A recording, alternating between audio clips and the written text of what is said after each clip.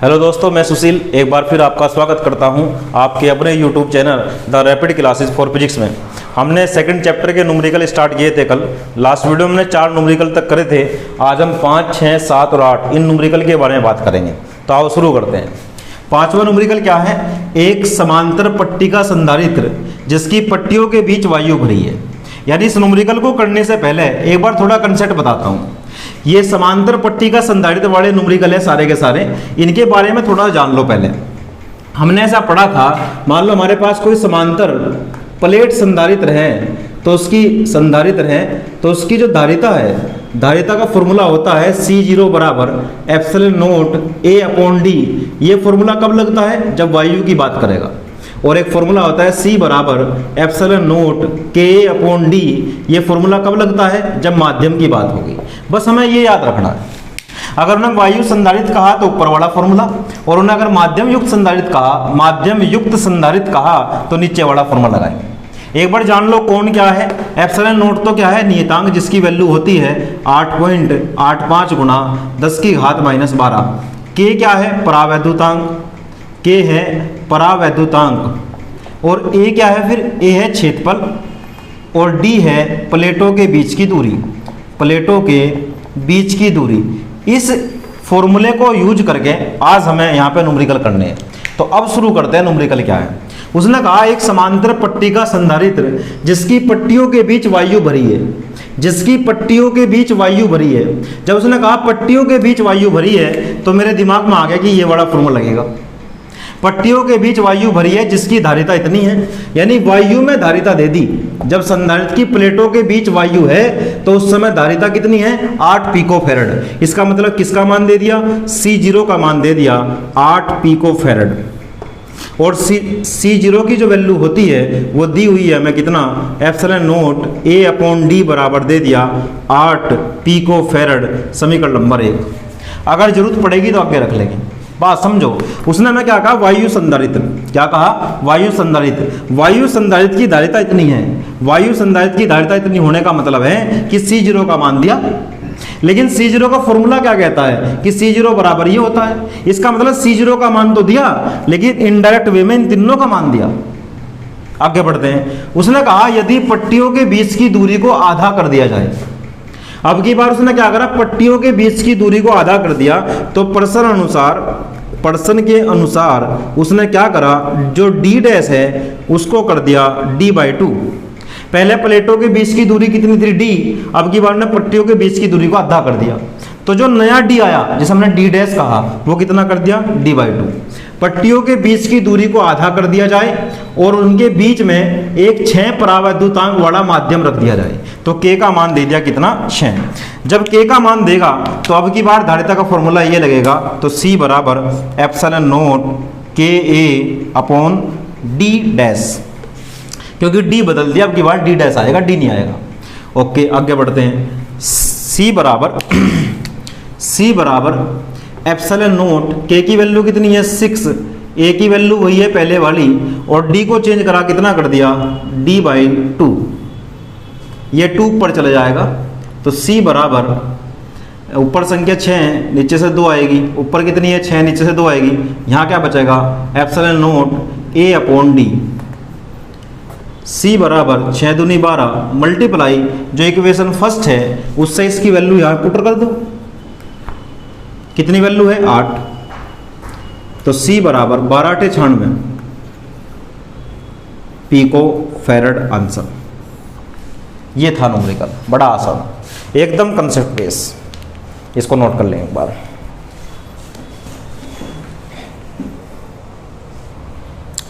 चलिए नेक्स्ट देखो, जो 6वां और 7वां न्यूमेरिकल है ना वो समांतर क्रम श्रेणी क्रम का है। एक बार मैं इसी फॉर्मूले का न्यूमेरिकल दूसरा कराता हूँ। 8वां जो न्यूमेरिकल है पहले उसको कराऊंगा, 6वां और 7वां बाद में, क्योंकि ये दोनों एक फॉर्मूले का न्यूमेरिकल है, ये दोनों एक फॉर्मूले का न्यूमेरिकल है। तो पहला 8वां देखते हैं। 8वां न्यूमेरिकल क्या है? एक बार सब बच्चे बोर्ड पे देखो। वायु संधारित्र की प्लेटों का क्षेत्रफल। हेलो, वायु संधारित्र की प्लेटों का क्षेत्रफल। तो यहां से एक बात पता लगी कि संधारित्र वायु वाला है, तो जब धारिता निकालने का फॉर्मूला लगाऊंगा तो ये वाला लगाऊंगा, वायु वाला। ये बात पता लगी।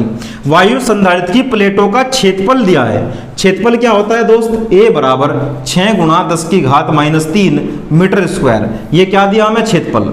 नेक्स्ट, तथा प्लेटों के बीच की दूरी 3 mm है। प्लेटों के बीच की दूरी तो d होती है, d बराबर कितना? 3 mm। 3 गुणा 10 की घात -3 मीटर। हमें d का वैल्यू कितनी दे दी? 3 mm दे दिया।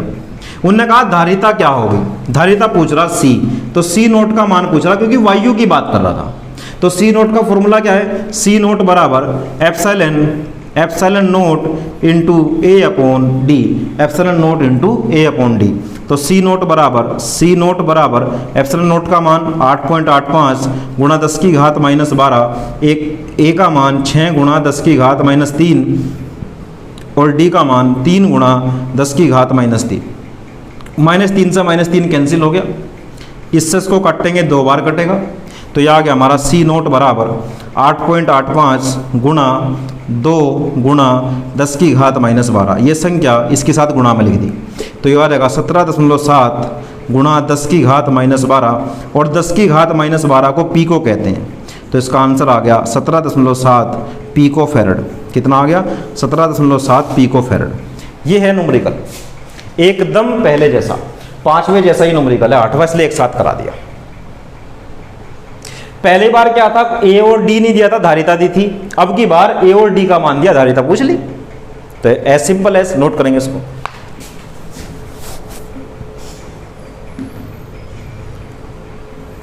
नेक्स्ट, न्यूमेरिकल नंबर 6 की बात करते हैं।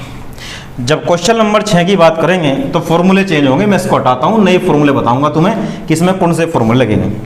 हमने एक बार पढ़ा था संधारित्र का समायोजन, और उसमें 2 कंसेप्ट पढ़े थे। एक पढ़ा था श्रेणी क्रम, एक पढ़ा था श्रेणी क्रम, और एक पढ़ा था समांतर क्रम। अगर तुम्हें थोड़ा बहुत याद है तो, नहीं याद है तो यहां देख लेंगे। श्रेणी क्रम का फॉर्मूला क्या था तुल्य निकालने का? 1/C तुल्य बराबर 1/C1 plus 1/C2 plus 1/C3। और समांतर क्रम का जो फॉर्मूला था वो था C तुल्य बराबर C1 plus C2 plus C3। दोस्त ये थे फॉर्मूले जो छठे और 7वें सवाल में लगने वाले हैं। क्वेश्चन नंबर 6 और क्वेश्चन नंबर 7 इन्हीं फॉर्मूले से सोल्व होगा। तो आओ शुरू करते हैं कि क्वेश्चन नंबर 6 में हमें दिया क्या है। देखो उसने क्या कहा? उसने कहा कि 9 पिको फैरड धारिता के 3 संधारित्रों को श्रेणी क्रम में जोड़ा गया है। 9 पिको फैरड के 3 संधारित्र हैं। इसका मतलब जो पहला संधारित्र है वो भी 9 पिको फैरड का है, और दूसरा संधारित्र भी 9 पिको फैरड का है, तीसरा संधारित्र भी 9 पिको फैरड का है। यानी तीनों संधारित्र की वैल्यू बराबर है। तीनों को श्रेणी क्रम में जोड़ा गया। तो पहला क्वेश्चन क्या करता है हमारे से कि संयोजन की कुल धारिता ज्ञात करो। तो कुल धारिता होती है तुल्य धारिता। तो हमें श्रेणी क्रम का फॉर्मूला लगा के, श्रेणी क्रम के फॉर्मूला लगा के हमें पहले क्वेश्चन का आंसर देना है। क्या फॉर्मूला है? 1/C तुल्य बराबर 1/C1 plus 1/C2 plus 1/C3। 1/C तुल्य बराबर 1/9 प्लस 1/9 प्लस 1/9। 1/C तुल्य बराबर, जब नीचे की संख्या बराबर होती है तो एक बार लिखते हैं, ऊपर वाले को जोड़ देते हैं। 1 प्लस 1 प्लस 1, तो 1/C तुल्य बराबर 3/9, तो 3 टाइम कट गया इससे, तो हमारा आंसर आ गया 1/C तुल्य बराबर 1/3। उल्टा कर देंगे तो C तुल्य बराबर 3 पिको फैरड। ये हमारा आंसर हुआ। कौन से क्वेश्चन का? 6 के फर्स्ट पार्ट का, छठे क्वेश्चन के ए पार्ट का। लेकिन जो उसने बी पार्ट दिया है ये कंसेप्ट बेस है। उसने कहा यदि संयोजन को 120 वोल्ट के संभरण से जोड़ दिया जाए तो प्रत्येक संधारित्र का विभवांतर क्या होगा। देखो यहां से क्वेश्चन स्टार्ट हुआ। उसने हमें क्या कहा था? हमारे पास 3 संधारित्र है, 1 2 3। इसका नाम C1, इसका नाम C2, इसका नाम C3। तीनों को श्रेणी क्रम में जोड़ा गया। तो श्रेणी क्रम का डायग्राम ये है। अगर तीनों संधारित्र को एक ही लाइन में जोड़ देते हैं उसी का नाम होता है श्रेणी क्रम। सवाल देखो क्या है। उसने कहा कि संयोजन को एक बैटरी से जोड़ दिया। संभरण का मतलब विभवांतर, बैटरी से जोड़ दिया। कितने वोल्ट की बैटरी से जोड़ दिया? V बराबर 120 वोल्ट की बैटरी से जोड़ दिया। जैसे इसको 120 वोल्ट की बैटरी से जोड़ते हैं तो होगा क्या? क्योंकि ये तीनों संधारित्र श्रेणी क्रम में हैं, तो श्रेणी क्रम की एक विशेषता होती है। क्या विशेषता होती है भाई? पहली विशेषता है सभी का आवेश बराबर होगा, सभी का आवेश बराबर होगा तथा कुल आवेश के बराबर होगा, तथा कुल आवेश के बराबर होगा। ये क्या है? ये श्रेणी क्रम की विशेषता है। सभी का आवेश बराबर होगा और कुल आवेश के बराबर होगा। तो अगर मैं किसी तरीके से कुल आवेश निकाल लूं तो कुल आवेश ही इन सबके आवेश के बराबर होगा। Q1 का मान किसके बराबर होगा? Q के। Q2 का मान किसके बराबर होगा? Q के। और Q3 का मान किसके बराबर होगा? Q के। जहां Q क्या है? कुल आवेश। अगर मैं किसी तरीके से कुल आवेश निकाल लूं तो मुझे सभी संधारित्रों का आवेश पता लग जाएगा, क्योंकि सभी संधारित्रों का आवेश बराबर होता है in the case of series combination, यानी श्रेणी क्रम की स्थिति में सभी संधारित्रों के आवेश बराबर होते हैं और कुल आवेश के बराबर होता है। तो अगर मैं किसी तरीके से कुल आवेश निकाल लूं तो मुझे सबके आवेश पता लग जाएंगे। सबकी धारिता मुझे पहले से पता, ये भी 9 का था, ये भी 9 पिको फेरेड का था और ये भी 9 पिको फेरेड का था। देखो स्टार्टिंग में दिया हुआ इसकी धारिता पता और आवेश में निकाल लूं, इसकी धारिता पता आवेश निकाल लूं, धारिता पता आवेश निकाल लूं तो एक फॉर्मूला मैंने तुम्हें पढ़ाया था स्टार्टिंग में। क्या फॉर्मूला था? Q बराबर CV। अगर मुझे Q पता हो, C पता हो तो V निकल जाएगा। पहले संधारित्र का C पता गया मुझे, पहले संधारित्र का Q मैं यहां से निकाल लूंगा। अगर उसका C और Q पता लग जाए तो V आ जाएगा। क्यों कर रहा मैं ऐसा? क्योंकि उसने यही तो कहा कि प्रत्येक संधारित्र का विभवांतर ज्ञात करो। अब रिलैक्स माइंड से दोबारा सुनो पर्पस क्या था। उसने कहा कि इसको हमने बैटरी से जोड़ दिया तो प्रत्येक संधारित्र का विभवांतर क्या होगा। तो मैं पहले संधारित्र का विभवांतर निकालने चला। पहले संधारित्र का विभवांतर निकालने के लिए फॉर्मूला लगाया Q बराबर CV। तो V बराबर होता है Q बटे C।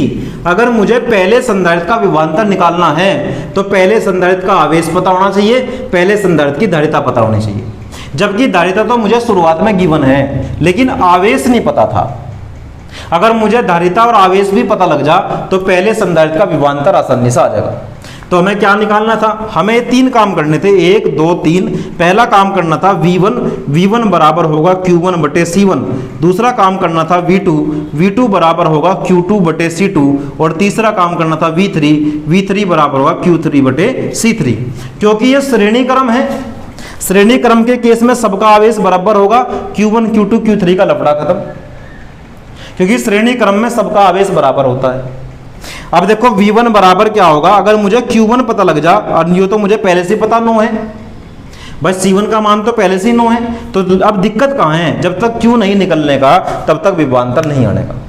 कंसेप्ट समझ में आ रहा? सवाल में कहा कि संयोजन को 120 वोल्ट की बैटरी से जोड़ दिया जाए तो सभी का विभवांतर कितना होगा। मुझे सबका विभवांतर निकालना था। विभवांतर निकालने का फॉर्मूला है Q बटे C। तो मुझे सबका Q और C पता होना चाहिए। C तो मुझे सवाल में गिवन है लेकिन Q मुझे खुद निकालना पड़ेगा। तो बड़ा सिंपल है, एक फॉर्मूला तुमने पढ़ा था Q बराबर CV। Q टोटल निकाला ना, कुल आवेश, तो यहाँ पर कुल धारिता आएगी। कुल धारिता कितनी आई थी बताओ? 3 गुणा 10 की घात माइनस 12 मल्टीप्लाई V कितना है? 120। इसको 12 को हटाओ यहाँ से, सीधा मान पिको में रखो, पिको में ही आंसर आएगा। धारिता का मान कितना है? 3 और V का मान कितना है? 120। देखो ये रहा। तो 12 3 36 360 पिको कुलाम, 360 पिको कुलाम। कोई दिक्कत यहाँ तक? ओके। अब शुरू करते हैं। सबके आवेश पता लग गए। इसका आवेश कितना आया? 360। इसकी धारिता कितनी है? 9 चौक 36। तो V1 बराबर आ गया 40 वोल्ट, 40 वोल्ट। नेक्स्ट आ जाओ। V2 बराबर, इसका आवेश कितना है? 360। इसकी धारिता कितनी है? इसकी धारिता भी 9 है, तो इसका भी कितना आ गया? 40 वोल्ट। और V3 बराबर, इसका आवेश कितना है? 360। धारिता कितनी है? 9 चौक 36, तो इसका भी आ गया 40 वोल्ट। बता क्यों आया 40 वोल्ट? इसलिए 40 वोल्ट आया क्योंकि सबकी धारिता बराबर है, सबका आवेश बराबर है। आवेश तो ऑब्वियसली बराबर होगा क्योंकि श्रेणी क्रम में है, और धारिता स्टार्टिंग में बराबर दी थी, सबका विभवांतर भी बराबर आएगा। तो ये था दोस्त कंसेप्ट। अगर मुझे डिफरेंट संधारित्र का क्या निकालना हो, विभवांतर निकालना हो, तो मुझे उसके बारे में 2 बात पता होनी चाहिए, उसकी धारिता और आवेश। धारिता गिवन था, आवेश मैंने इस फॉर्मूले से निकाल लिया। क्यों? क्योंकि कुल धारिता मैंने वहां से निकाल ली थी, कुल विभवांतर उसने देकर रखा, तो कुल आवेश आ जाएगा। क्लियरिटी आ गई? ओके, नोट करेंगे। नेक्स्ट क्वेश्चन नंबर 7 देखते हैं। क्वेश्चन नंबर 6 और 7 में थोड़ा सा अंतर है। क्या अंतर है? ये क्वेश्चन नंबर 6 श्रेणी क्रम का था और क्वेश्चन नंबर 7 जो है हमारा समांतर क्रम का है। समांतर क्रम को मैंने एक दिन नाम लिखवाया था कि पार्श्व क्रम भी कहते हैं। तो जहां पे तुम पार्श्व क्रम देखोगे तो समझ जाना समांतर क्रम कह रहा है। आओ शुरू करते हैं। क्या कहा उसने? कहा 2 पिकोफैरेड, 3 पिकोफैरेड, 4 पिकोफैरेड। इसका मतलब 3 संधारित्र दिए, C1 बराबर 2 पिकोफैरेड, C2 बराबर 3 पिकोफैरेड और C3 बराबर 4 पिकोफैरेड। ये इन संधारित्रों को पार्श्व क्रम में लगाया गया है। तो पहला क्वेश्चन तो वही कॉमन बनता है कि संयोजन की कुल धारिता क्या होगी। तो मैं कुल धारिता निकालता हूं कौन से क्रम का? समांतर क्रम का। तो समांतर क्रम के लिए C तुल्य बराबर होगा C1 C2 C3। C1 की वैल्यू 2, C2 की 3, इसकी 4, 4 3 7 और 2 9, 3 और 2 5 और 4 9 पिको फैरड। ये हमारा पहला आंसर आ गया दोस्त। C तुल्य का मान आ गया 9 पिको फैरड। क्वेश्चन कुछ और पूछ रहा है वो। बी पार्ट में देखो कुछ और पूछ रहा है। वो बी पार्ट है कंसेप्ट बेस। क्या पूछ रहा है एक बार उसको पढ़ेंगे। उसने कहा मैं बी पार्ट में कि संयोजन को 100 वोल्ट के संवरण से जोड़ा गया। अब देखो हमारा डायग्राम कैसे बनेगा। समांतर क्रम तो ये होता है, अगर तीनों संधारित्र अलग अलग लाइन में लगे होंगे तो उसी का नाम होता है समांतर क्रम। इस समांतर क्रम में जोड़कर इसको हमने 100 वोल्ट की बैटरी से जोड़ दिया। 100 वोल्ट की बैटरी से जब हमने इसको 100 वोल्ट की बैटरी से जोड़ा तो इसमें खास बात क्या होगी? पूछा क्या हमारे से? उसने पूछा कि सभी का आवेश ज्ञात करो। यानी हमें Q1 का मान चाहिए, हमें Q2 का मान चाहिए, Q3 का मान चाहिए। अब देखो फॉर्मूला क्या होता है Q निकालने का? Q बराबर होता है CV, Q बराबर होता है CV और Q बराबर होता है CV। क्योंकि तीनों का आवेश निकालना है तो Q1 बराबर कितना होगा? C1 V1, Q2 बराबर कितना होगा? C2 V2 और Q3 बराबर कितना होगा? C3 V3। अब अपने डाटा को चेक करो। हमें Q1 निकालना है तो C और V पता होना चाहिए। चलते अपने संधारित्र के पास। तो जो हमारा पहला संधारित्र है उसका नाम है C1 और C1 बराबर 2 पिको फैरड। यानी C1 की वैल्यू दी है लेकिन V1 की वैल्यू नहीं पता। बात समझ में आ गई? C1 का तो मान दिया लेकिन V1 का मान नहीं पता। V1 का मान निकालने के लिए हम विशेषता का प्रयोग करेंगे। विशेषता का क्या होती है? समांतर क्रम की विशेषता कि सभी संधारित्रों का विभवांतर बराबर होता है। क्या विशेषता है? सभी संधारित्रों का विभवांतर समान होता है, समान होता है और कुल विभवांतर के बराबर होता है, कुल विभवांतर के बराबर होता है। अब देखो V1 बराबर V2 बराबर V3 बराबर V बराबर 100। देख लो चाहे सबका V बराबर होगा और कुल के बराबर होगा। कुल कितना है? 100। टोटल कितना लगाया हमने? 100 लगाया ना। तो सबके V पता लग गए, सबके C ऑलरेडी पता थे। C1 पता, C2 पता, C3 पता और सबके V पता लग गए तो सबके आवेश आ जाएंगे। तो करते हैं स्टार्ट। Q1 बराबर C1 का मान कितना है? 2 पिको फैरड गुणा V1 का मान कितना है? 100। तो ये आ गया हमारा 200 पिको कूलाम। मैं मात्रक चेंज नहीं कर रहा ना तो इसलिए मात्रक भी पिको में ही आएगा। नेक्स्ट Q2 बराबर C2 की वैल्यू कितनी है देख के बताओ? 3 और V की वैल्यू तो कॉमन ही है 100। तो कितना आ गया? 300 पिको कूलाम। यहाँ V1 V2 लिखने की आवश्यकता नहीं थी क्योंकि सबके V बराबर होंगे। नेक्स्ट Q3 बराबर C3 कितना है बताओ? 4। V कितना है? 100। तो कितना हो गया? 400 पिको कूलाम। ये हमारे आंसर है। 7वें के सेकंड पार्ट के ये आंसर है। इस तरह से क्वेश्चन को सोल्व करना। आज हमने इस वीडियो में बात करी है कि अभ्यास 2 के 5 क्वेश्चन से लेकर 8 तक कैसे सोल्व करते हैं। नेक्स्ट वीडियो में बचे हुए क्वेश्चन की बात करेंगे। आज हमने तुम्हें बताने का प्रयास करा कि समांतर क्रम, श्रेणी क्रम और समांतर प्लेट संधारित्र की धारिता के न्यूमेरिकल कैसे सोल्व करते हैं। अगर आपको ये वीडियो पसंद आती है तो इसको लाइक कीजिए, दोस्तों के साथ शेयर कीजिए और चैनल को सब्सक्राइब कीजिए। आज के लिए इतना ही काफ़ी है। मिलते हैं नेक्स्ट वीडियो में। Thanks for watching.